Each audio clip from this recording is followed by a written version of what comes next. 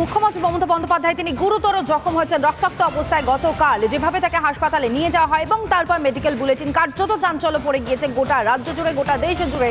মুখ্যমন্ত্রী মমতা বন্দ্যোপাধ্যায়কে কে ধাক্কা মেরেছে সব থেকে বড় প্রশ্ন এই মুহূর্তে উঠে আসছে। বাড়িতে পড়ে গিয়ে রক্তাক্ত হন মুখ্যমন্ত্রী। আহত মুখ্যমন্ত্রীকে নিয়ে যাওয়া হয় এসএসকেএম হাসপাতালে এবং এসএসকেএম মেডিকেল বুলেটিনে এই চাঞ্চল্যকর বয়ান। পেছন থেকে ধাক্কা মারার কারণেই পড়ে যান মুখ্যমন্ত্রী। এসএসকেএম এর অধিকর্তা মণিময় ব্যানার্জির এমনটাই বয়ান। তবে আপাতত স্থিতিশীল রয়েছেন মুখ্যমন্ত্রী, বাড়িতেই চলছে তার চিকিৎসা, রয়েছেন পর্যবেক্ষণে। আজ ফের শারীরিক পরীক্ষা হবে মমতা বন্দ্যোপাধ্যায়ের। আর এদিকে গতকাল রাতে মুখ্যমন্ত্রীকে এসএসকেএম হাসপাতাল থেকে নিয়ে আসা হয়েছে বাড়িতে মুখ্যমন্ত্রী চিকিৎসার জন্য। রাতভর কালীঘাট থানায় একজন চিকিৎসক থাকবেন বলেও খবর পাওয়া গিয়েছিল। আরও একবার আপনাদেরকে জানাই সব থেকে চাঞ্চল্যকর যে বিষয় মুহূর্তে উঠে আসছে মুখ্যমন্ত্রীর নিরাপত্তা নিয়ে। অর্থাৎ বাড়ির মধ্যেই পেছন থেকে মুখ্যমন্ত্রীকে কেউ ধাক্কা মেরেছে যেমনটা বুলেটিনে বলা হয়েছে, মেডিকেল বুলেটিনে বলা হয়েছে এবং মেডিকেল বুলেটিনে এসএসকেএম এর অধিকর্তা মণিময় ব্যানার্জি তিনি এমনটা বয়ানে বলেছেন।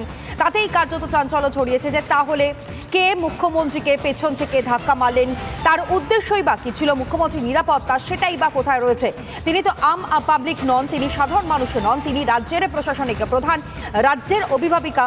আর তারই নিরাপত্তা সুনিশ্চিত করা সম্ভব হচ্ছে না। কোথায় রয়েছে ব্যর্থতা? এই মুহূর্তে সব থেকে বড় প্রশ্ন হয়ে দাঁড়াচ্ছে গোটা রাজ্যের কাছে, গোটা দেশবাসীর কাছে। আপনাদেরকে বরং প্রথমে আমরা শোনাই এসএসকেএম এর অধিকর্তা মণিময় ব্যানার্জির সেই চাঞ্চল্যকর বয়ান।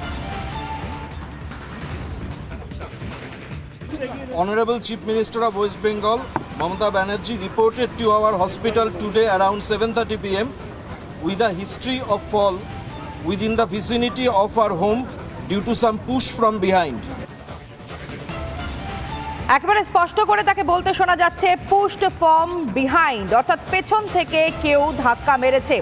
আরও একবার আপনাদেরকে জানাই পেছন থেকে কেউ ধাক্কা মেরেছে এমনটাই কিন্তু মেডিকেল বুলেটিনে বলা হচ্ছে। আর এতেই কার্যত চাঞ্চল্য ছড়িয়েছে যে কিভাবে এই ঘটনা ঘটতে পারে। বাড়ির মধ্যে মুখ্যমন্ত্রীকে তাকে ধাক্কা মারা হয়েছে, পেছন থেকে ধাক্কা মারা হয়েছে, কি উদ্দেশ্য, কি এমন ঘটনা ঘটেছিল যার প্রেক্ষিতে গিয়ে এইরকম চাঞ্চল্যকর ঘটনা ঘটেছে। এবং একই সঙ্গে মেডিকেল বুলেটিনে তা উল্লেখও করেছেন এসএসকেএম এর অধিকর্তা মণিময় ব্যানার্জি। শুধু তাই নয়, একই সঙ্গে কাজরি বন্দ্যোপাধ্যায় তারই ভাতৃবধূ তিনি কিন্তু স্পষ্ট করেও এই বক্তব্যটা সামনে রেখেছেন যে মূলত ধাক্কা দেওয়া হয়েছে, অর্থাৎ ধাক্কা যে দেওয়া হয়েছে কোর্ট আনকোর্টে সেই বিষয়টা কিন্তু বারংবার সামনে উঠে আসছে। কিন্তু কে বা কারা তারা এই ধাক্কার ঘটনার সঙ্গে যুক্ত রয়েছে এবং সব থেকে বড় বিষয় যে কি এমন ঘটনা ঘটেছিল যার প্রেক্ষিতে দাঁড়িয়ে এই রকম ধাক্কার ঘটনা ঘটে, তা আবার রাজ্যের মুখ্যমন্ত্রী মমতা বন্দ্যোপাধ্যায়কে। কাজরি বন্দ্যোপাধ্যায়ের বক্তব্য আপনাদের সামনে তুলে ধরি, আরও স্পষ্ট হবে ঠিক কি ঘটনা ঘটেছিল গতকাল।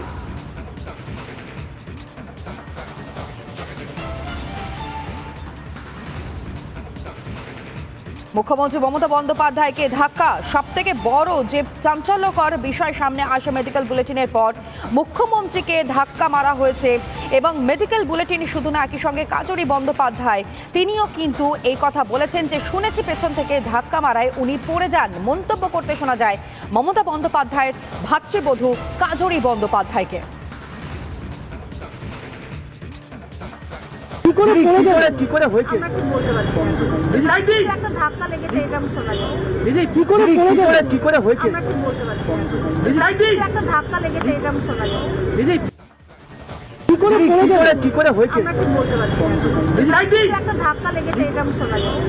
কি করে হয়েছে আমরা ঠিক বলতে পারছি না। একটা ধাক্কা লেগেছে, এটা আমি শোনা যাচ্ছে। প্রথমে এসএসকেএম এর অধিকর্তা এবং তারপর Kajari Bandyopadhyay back to back আপনাদের সামনে বক্তব্য তুলে ধরলাম। একটা বিষয় এখান থেকে স্পষ্ট হচ্ছে যে হ্যাঁ, মুখ্যমন্ত্রী মমতা বন্দ্যোপাধ্যায়কে পেছন থেকে ধাক্কা মারা হয়েছে। কাজরি বন্দ্যোপাধ্যায় তিনিও বলছেন হ্যাঁ শুনেছি যে পেছন থেকে ধাক্কা মারার কারণেই পড়ে যান মমতা বন্দ্যোপাধ্যায়। তাহলে এই ঘটনার সঙ্গে কারা যুক্ত ছিল? কোনো জায়গা থেকে কি গৃহযুদ্ধের কথা কি সামনে আসছে, নাকি এর নেপথ্যে আরও অন্য কোনো চাঞ্চল্যকর তথ্য সামনে আসতে চলেছে? যদিও এই সমস্ত বিষয় নিয়ে ইতিমধ্যে কিন্তু প্রশাসনিক আধিকারিকরা তারা রীতিমতন আলোচনা করছেন। আর অন্যদিকে রাজ্যপালের বক্তব্য আপনাদের সামনে আমরা তুলে ধরি। যথেষ্ট উদ্বেগজনক ঘটনা গতকাল ঘটেছে, এর প্রেক্ষিতে রাজ্যপাল সিবি আনন্দ বোসের বক্তব্য।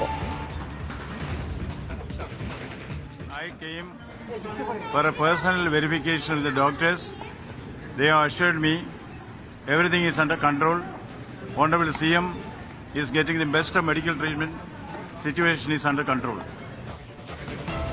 উদ্বেগ প্রকাশ করেছেন রাজ্যপাল সিবি আনন্দ বসু, তার বক্তব্য আপনাদের সামনে তুলে ধরলাম। অভিষেক বন্দ্যোপাধ্যায় যখন হাসপাতাল থেকে মমতা বন্দ্যোপাধ্যায়কে বের করে নিয়ে আসা হচ্ছে ঠিক সেই মুহূর্তে অভিষেক বন্দ্যোপাধ্যায় কি বলেছেন একবার শুনুন। মানুষের ভালোবাসায় উনি আর তাড়াতাড়ি সুস্থ হয়ে উঠবেন। আপনারা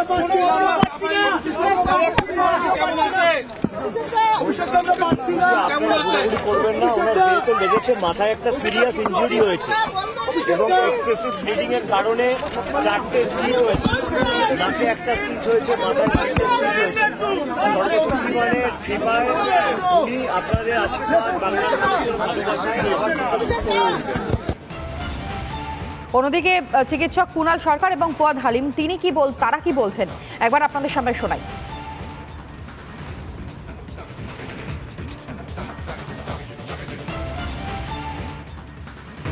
মণিময় যে কথাগুলি বললেন আমার মনে হয় ওটার একটু ফ্রেমিংটা অদ্ভুত লাগলো শুনতে, কারণ পুশ ফ্রম বিহাইন্ড কথাটা শুনলে সহজ মানেটা এই দাঁড়াবে যে হয়তো পিছন থেকে কেউ হতে পারে, পিছনে কেউ যাতায়াত করছিল, গায়ে গায়ে ধাক্কা লেগে উঠে পড়ে গেছেন, সেটা হয়তো হতেই পারে। যেভাবে কথাটা মণিময় ফ্রেজ করেছেন তাতে অলমোস্ট শুনতে মনে হলো যে কেউ যেন পেছন থেকে ধাক্কা মেরেছেন। এখন সেরিব্রাল কনকাশন কথাটার মানে যে পড়ে গেলাম, ব্যথা হলো, মাথায় চোট লাগলো, কেটে গেল, তারপরেও তুমি ছবিগুলোতে খেয়াল করবে যে উনি ওনার ঠিক স্বভাব চরিত, উনি যেমন একটা খুব লাইভলি, খুব চঞ্চল প্রকৃতির মানুষ, কিন্তু উনি মেন্টালিও যেন একটু চুপচাপ, একটু নিষ্প্রভ গোছের ছিলেন।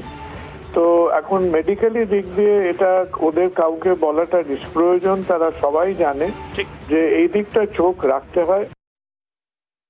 যখন হিস্ট্রি আমরা রুগীর কাছ থেকে পাই তখন রুগী যেই শব্দগুলো ব্যবহার করে সেই শব্দগুলোর উপরে ভিত্তি করে চিকিৎসকরা তাদের হিস্ট্রি নোটটা তৈরি করে এবং সেই হিস্ট্রি নোটের উপরে দাঁড়িয়ে মেডিকেল বুলেটিনটা তৈরি হয়েছে। ওনারা যদি নিজেরা বলে যে আমরা পিছন থেকে মনে করছি যে কেউ আমাদেরকে ধাক্কা দিয়েছে, যার ইংরেজি শব্দ হলো পুশড ফ্রম বিহাইন্ড, তাহলে সেই ঘটনা তদন্তযোগ্য হয়ে যায়। যেহেতু একটা ইনজুরি হয়েছে, ইনজুরি মানে শরীরের ক্ষতি হয়েছে, শরীরে রক্তক্ষরণ হয়েছে, তার জন্য কিছু চিকিৎসা পদ্ধতি আমাদেরকে ব্যবহার করতে, যেমন ওনার ক্ষেত্রে সেলাই করতে হবে, যার পেশেন্ট নিজেই যদি বলে থাকে এবং সেটাই নথিভুক্ত করা থাকে এবং মেডিকেল বোর্ড যদি বলে থাকে পুশড ফ্রম বিহাইন্ড, তাহলে একটা মেডিকো লিগ্যাল কেস এবং তদন্ত হওয়া উচিত।